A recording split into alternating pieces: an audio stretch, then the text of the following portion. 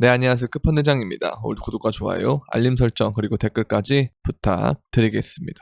자, 일단은 그 영상을 찍고 좀 내려가긴 했는데 어쨌든 이 채널 안에는 있는 상황이고 여기서 좀 더 떨어진다라고 해도 일단 또 사람들이 이제는 갭을 채울 거다라는 그런 의견들이 되게 많아질 거라고 생각해요. 내려가면 내려갈수록. 근데 그렇기 때문에 갭을 좀 안 채울 수 있지 않겠느냐라는 생각을 좀 하고 있고 우리가 지금 유독 이더리움이 이렇게 많이 빠지고 있는 모습을 보여주고 있는데 다른 코인들보다 이더리움이 특히 더 많이 빠지고 있죠. 근데 이제 뭐 이게 끝나면 다시 이더리움이 위로 올라가지 않을까라는 생각이 드는데 이제 그 이유는 보면 이렇게 이더리움이 계속 이체가 되고 있어요. 블랙록 주소로도 이체가 되고 있고 어쨌든 이들이 모으고 있는 것이 지금 당장 여러분들이 봤을 때 막 가격에 대한 변화가 없으니까 별거 아닌 거라고 생각할 수 있지만 이들이 목표로 하는 지점이 굉장히 크다는 소리거든요. 지금부터 매집을 한다는 건. 그래서 이런 부분들 좀 우리가 체크할 필요가 있고 그리고 오늘 뜬 소식이 이건데요. 금투세를 백지화하고 증권거래세를 완화하고 코인과세를 2년 유예한다. 이게 이제 2024년에 세법 개정안을 발표를 한 건데 사실 이게 여러분들 여기서만 보면 여러분들이 봤을 때는 드디어 과세 됐구나 유예됐구나 하는데 이거 국회 동의 받아야 됩니다. 국회 동의를 얻어야 내년부터 시행이 되는 거예요. 보시면 근데 지금 국회가 엄청난 여소야대죠. 근데 야당인 민주당이 많이 반대를 하고 있다. 그렇게 보면 되고요. 그래서 뭐 여러 가지 부분들 건드는 것 같습니다. 그래서 뭐 증권거래세도 완화하고 코인과세도 유예하는 것뿐만 아니고 그다음에 뭐 증여 상속 이런 부분까지도 싹 다 고치는 이제 그런 부분인데요. 그리고 요것도 있어요. 저는 요 부분이 좀 재밌는 부분인데 조각 투자에 대해서는 모두 이걸로 얻는 이득은 배당소득으로 보고 과세하는 방안. 배당소득 과세 시 여타 이자 배당 소득과 합쳐 2천만 원까지는 14%, 지방세 포함 15.4%, 그 이상은 종합소득에 합산해서 과세한다. 그러니까 이런 과정인데 일단 이런 게 세법이 되면 종합투자 자체가 어쨌든 우리나라에서 할 수 있다는 소리이기 때문에 전 이 부분은 어쨌든 세율은 뭐 시간이 지나면 좀 바꿔야 되는 부분이 있다라고 생각은 하지만 어쨌든 이거를 하겠다는 거에 대해서도 그러면 이제 사업을 할 수가 있단 말이에요. 뭐 물론 이제 그런 걸 하게 되면 우리나라에서는 또 NFT 하듯이 또 뭐 사기를 치네 마네 이런 사람들이 분명 있지만 뭐 그런 사람들은 점점 시간이 지날수록 업계에서 자연스럽게 퇴출이 되는 분위기고 정말 이제 사업을 하는 사람들은 이 부분에 대해서 좀 기대하는 부분이 생긴다라고 저는 보고요. 저는 이 조각 투자나 이런 부분을 그러니까 토크나하고 그 다음에 조각 투자하고 쪼갠다의 개념 있죠. 그러니까 쪼갠다. 이게 이제 뭐 블록화라고 하는데요. 이거는 저는 미래의 엄청난 테마라고 생각을 해요. 제가 그래서 여러분들한테 한 개의 비싼 자산을 소유해야 된다. 근데 그 중에서 지금 가장 진입장벽이 낮은 게 비트코인이다라는 말씀을 드린 건데 이 부분은 나중에 제가 나중에라고 하니까 되게 먼 미래 같겠지만 정말 머지않은 미래에 이건 실현된다고 생각합니다. 근데 그 과정에서 우리나라가 항상 17년도도 그렇고요. 이때 놓쳤죠. 그 다음에 2021년 때 루나 있었죠. 요때 우리가 놓쳤어요. 선도할 수 있는 부분이 어느 정도 있었는데 이걸 좀 놓친 부분이 있기 때문에 이 부분은 우리가 뭐 선도를 못 하더라도 뒤처지면 안 된다고 생각을 해요, 저는. 그래서 이 부분을 좀 저는 잘 챙겨갔으면 좋겠다라는 생각을 합니다. 이 쪼갠다의 개념은 추후에 기본소득이나 이런 부분에 대해서도 지금은 조금 시기상조라고 기본소득을 얘기하지만 저는 그러니까 저 자체는 기능이 있어서 그렇게 뭐 좋게 생각하진 않는데 근데 이게 되냐 안 되냐라는 걸 물어보신다면 저는 된다에 가까운 쪽이긴 해요. 그러니까 미래로 가면 갈수록 빈부격차가 커지면 당연히 이걸 해결하려면 기본소득을 해야 된다라는 식으로 해서 아마 큰 지지를 얻어가지고 이렇게 될 거라고 생각하거든요. 그러니까 이거를 해결하기 위해서 이 기본소득이 나올 거라 생각하는데 이게 나오게 되면 뭐 인플레이션에 영향이 없다라고 하는데 그거 다 거짓말입니다. 사실 뭐 지역 화폐니 뭐니 이런 식으로 하면 인플레이션과 상관없다 그러는데 이건 말이 안 되고요. 어차피 그 바우처나 이런 것들을 돌릴 때 그게 무슨 공짜로 돈을 찍어내는 게 아니기 때문에 그건 말이 안 되는 거고 그렇게 하게 되면 결국 물가가 올라요. 물가가 오르면 이제 기본소득이나 뭐 아니면 지역화폐나 이런 뭐든 어떠한 방법이든 간에 결국 원리는 똑같은 거기 때문에 이걸 이제 하게 되면 결국 돈을 찍는다의 개념이 되거든요. 그렇게 되면 이제 이 부분에서만 사용할 수 있다라고 정해놔도 결국 이거는 다른 부분에 영향을 받을 수밖에 없어요. 경제라는 건 원래 그런 거예요. 다 연결이 되어 있는 유기체이기 때문에 뭐 하나 그래서 여러분들 경제 위기가 오면 뭐 갑자기 미국이 터지면 다른 나라들도 터지고 갑자기 미국이 터질라 그러면 그 과정에서 다른 나라들이 뜬금없이 망하고 이런 구조들이 다 유기체처럼 연결됐기 때문에 그런 거거든요. 그래서 뭐 이런 얘기를 하는 이유는 이 부분이 미래에 좋은 사업 아이템이 될 수 있다. 그리고 사업 아이템이 된다는 건 여러분들 반대로 투자의 기회가 될 수 있다라는 그런 말씀을 드리는 건데, 아마 이런 얘기를 하면 이 과정에서 좀 불편해할 수도 있고 저는 뭐 그렇다고 생각을 하는데요. 그런 건 중요하지 않았습니다. 투자는 선과 악이라는 개념으로 접근하면 안 돼요.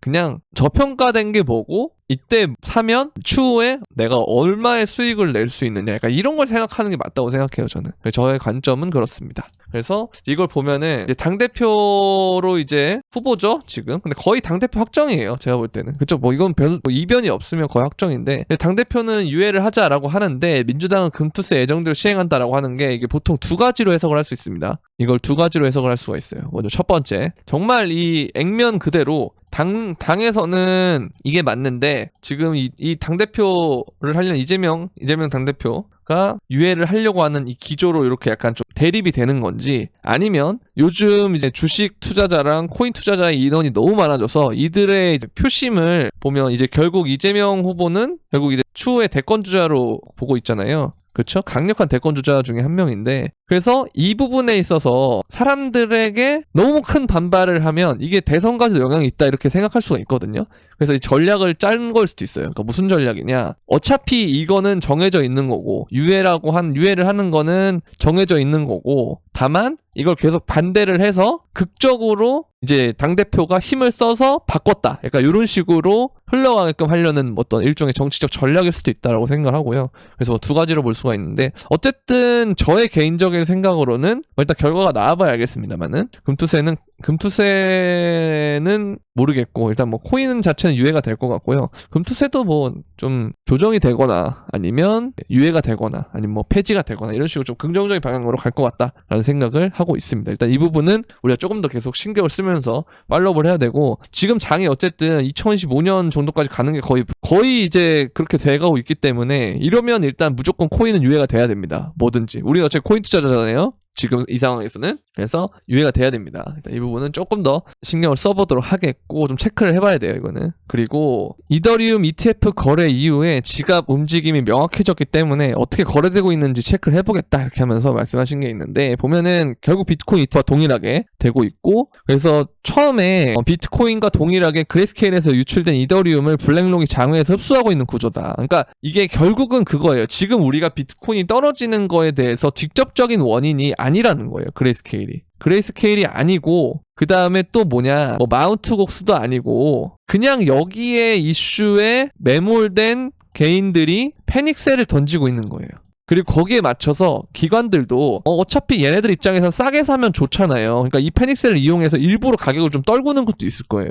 그래서 이 과정에서 이들은 계속 대놓고 매집을 하고 있음에도 불구하고 우리가 별로 가격 자체가 변동이 없고 오르는 게 없고 오히려 떨어지기만 하니까 어떻게 된다? 멘탈이 나간다. 같이 패닉셀을 하고 있을 거다, 이런 얘기를 드리고 싶고요. 그래서 제가 여러분들한테 오늘 영상에서도 그랬지만, 이걸 좀 넓게 잡고 천천히 매집한다는 생각, 그리고 갭을 뭐 채울 수도 있겠지만 일단 안 채운다는 생각을 하고 범위를 설정을 한 다음에 천천히 매집한다라는 마인드로 가면 저는 좋을 것 같다라고 생각을 하거든요. 그래서 제가 여러분들한테 여기서 분할익절 말씀드렸고, 여기도 바로 당장 풀매수 치고 뭐 이걸 치는 게 아니고 천천히 넓게 보수적으로 차근차근 들어가면 좋겠다라는 말씀을 드린 게 이제 이런 부분들이거든요. 그렇게 보시면 되고, 자, 그리고 이걸 보면 현 상황이 지금 매집 국면이다라고 하는데, 지금 보시면 이게 엄청납니다. 그러니까 여기서 이렇게 매집을 한 시점에서 보면은 이런 구간들이잖아요. 그쵸? 근데 얘가 지금 여기서도 이렇게 보면은 매집을 했고, 그래서 좀 뭐 눌리긴 했지만 그 이후에 또 올랐고, 여기서 또 매집을 하고 눌리고 매집을 하고 눌리고 있겠지만, 결국 이 과정에서 이렇게 축적된 게 나중에 튀어오르면 엄청나게 오를 가능성이 있어요. 왜냐면 여기도 보면 이 이전에 매집을 한 수치로 봤을 때 이것보다 훨씬 더 상회하는 것이 튀어나오면서 이만큼의 가격이 더 상승을 했잖아요.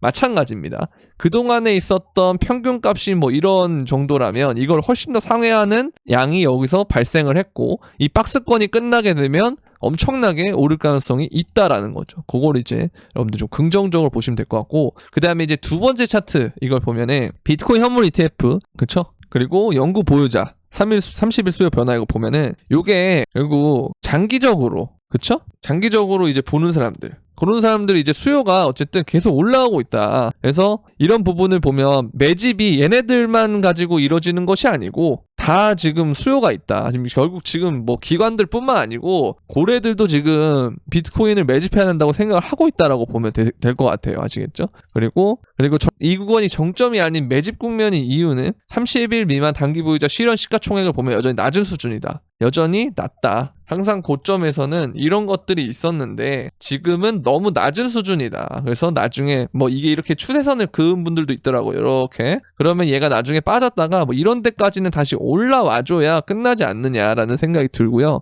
그렇기 때문에 지금은 매집 국면이고 이 매집이 나중에 시세를 위로 분출시킬 때는 엄청난 고각 상승을 발생시킬 수 있다라는 걸 유추해 볼 수 있겠습니다. 그러니까 여러분들 너무 겁내지 마시고 힘을 내세요, 여러분들. 아시겠죠? 이 지루한 과정만 끝나면 돼요. 거의 다 왔어요.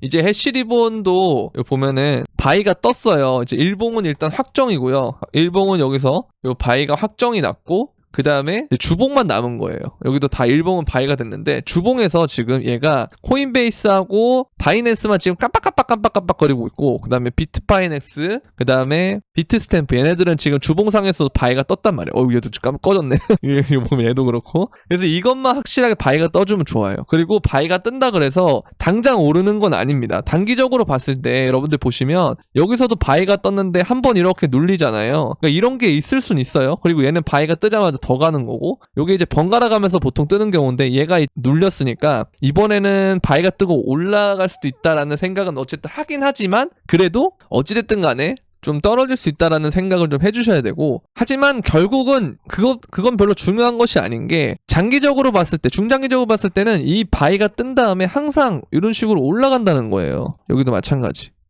이렇게 올라간다는 거. 그래서 굉장히 좋은 가격대이기 때문에 여러분들 너무 겁낼 거 없고 불안하실 필요 없습니다. 그냥 단기적으로 눌린다라고 하는 건 반대로 얘기하면 그 눌림이 기회가 될 수 있는데 그 기회라는 걸 너무 인식한 나머지 눌릴 때마다 여러분들이 미친 듯이 산다 이게 아니고 천천히. 왜냐면 이게 가격 폭도 폭이고 기간도 어느 정도 있을 수 있기 때문에 이걸 두 가지 대비하려면 천천히 해주시면 됩니다. 그리고 이 글로벌 유동성이 다시 이렇게 오르고 있다라는 거. 여기서 좀 떨어진다 싶었는데 다시 올라가고 있어요. 이거는 게이득입니다. 게이득. 아시겠죠, 여러분들? 게이득이에요. 그래서 이거 계속 유동성 올라가고 있고 이 유동성이 올라가면은 비트도 반응을 하더라. 결국은 바로 반응을 하는 건 아니지만 결국 이 추세와 동기화가 돼서 반응을 하더라. 그렇게 보시면 되겠고 그래서 지금 대부분의 알트코인들이 특히 지금 많은 하락이 있는데 제가 여러분들한테 이 도미넌스 얘기 드리면서 알트에 흔들림이 있을 수 있다라고 말씀드렸잖아요. 그래서 이 도미넌스가 만약에 여기를 이렇게 오른다라고 하더라도 이게 이제 어쨌든 우리가 비트코인을 보면은 차트 분석을 이렇게 해보면요. 자 여기서 결국 이 세기 형태가 나온 다음에 이 밑으로 이렇게 하락이 나오고 있잖아요. 그것처럼 비트코인 도미넌스도 얘가 결국은 지금 이 자리에서 우리가 기나긴 세기 형태를 만들었고 여기서 이탈이 나왔고요. 그 다음에 이런 식으로 해서 올라가고 있는 상황이지만 이게 더 올라가더라도 결국은 이 힘으로 인해서 이렇게 떨어질 가능성이 있다. 그래서 뭐 정말 우리가 알트를 투자하는 사람들 입장에서 봤을 때는 최악의 상황은 이런 뭐 60%대까지 찍고 그 다음에 이렇게 떨어지는 거죠.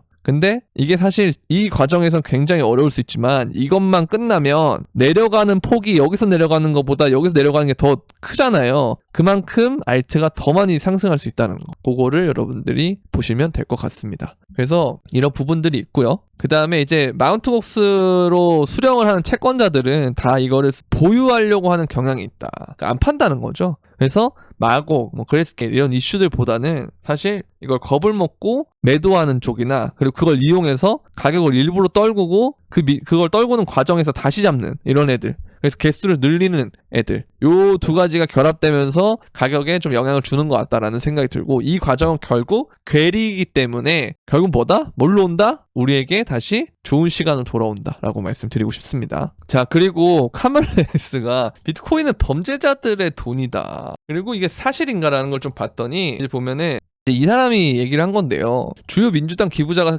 카멜라가 사적으로 비트코인은 범죄자들의 돈이다라고 말했다고 카더라에 지금 이렇게 날린 거예요. 그래서 추후에 매집이 좀 끝나면 얘가 갑자기 카멜라 해리스가 갑자기 나 그런 말 한 적 없는데 하면서 올릴 수도 있는 거예요. 아시겠죠? 그러니까 이 부분을 여러분들 잘 보셔야 돼요. 그래서 원래 우리가 이 부분이 있었어요. 그러니까 이게 원래 있었는데 갑자기 비트도 같이 빠져가지고 그러니까 약간 좀 시간차로 빠져서 이게 좀 무색하게 됐지만 어쨌든 이후에는 이런 과정들이 있을 수 있다. 그러니까 코인만 좀 어쨌든 잘 수습하고 올리는 과정에서 비트코인이 선전하면 다시 증시에 있는 자금이 코인을 오면서 막 코인이 막 버블 끼고 막 난리 나고 그럴 수 있거든요. 추후에는. 그러니까 이 부분을 여러분들이 잘 생각을 해보시면 될 것 같아요. 그래서 제가 해리스에 대한 부분을 말씀드리면서 이게 좀 바이든으로 계속 가면 좋았는데 바뀌어서 아쉽다. 바이든이 사퇴해서 좀 아쉽다라는 말을 했던 게 이런 부분이고요. 근데 뭐가 됐든 간에 상관없습니다. 어쨌든 이렇게 되면 장이 길어지고 장이 길어지면 결국 뭐다? 고점이 높아지기 때문에 우리가 수익을 볼 수 있는 가능성 그리고 수익을 볼 수 있는 금액이 더 늘어난다라고 생각하시면 될 것 같아요. 그래서 너무 여러분들 힘들어하지 마시고 이 구간만 잘 지나면 우리의 시간이 옵니다. 조금만 더 기다리고요. 저도 여러분들과 함께 계속 하겠습니다. 도움이 되셨다면 구독과 좋아요, 알림 설정 그리고 댓글까지 부탁드리면서 요즘 목이 너무 아프지만 장세가 장세인지라 영상을 하루에 거의 2개씩 찍고 있는데 많은 시청 바랍니다. 그럼 안녕.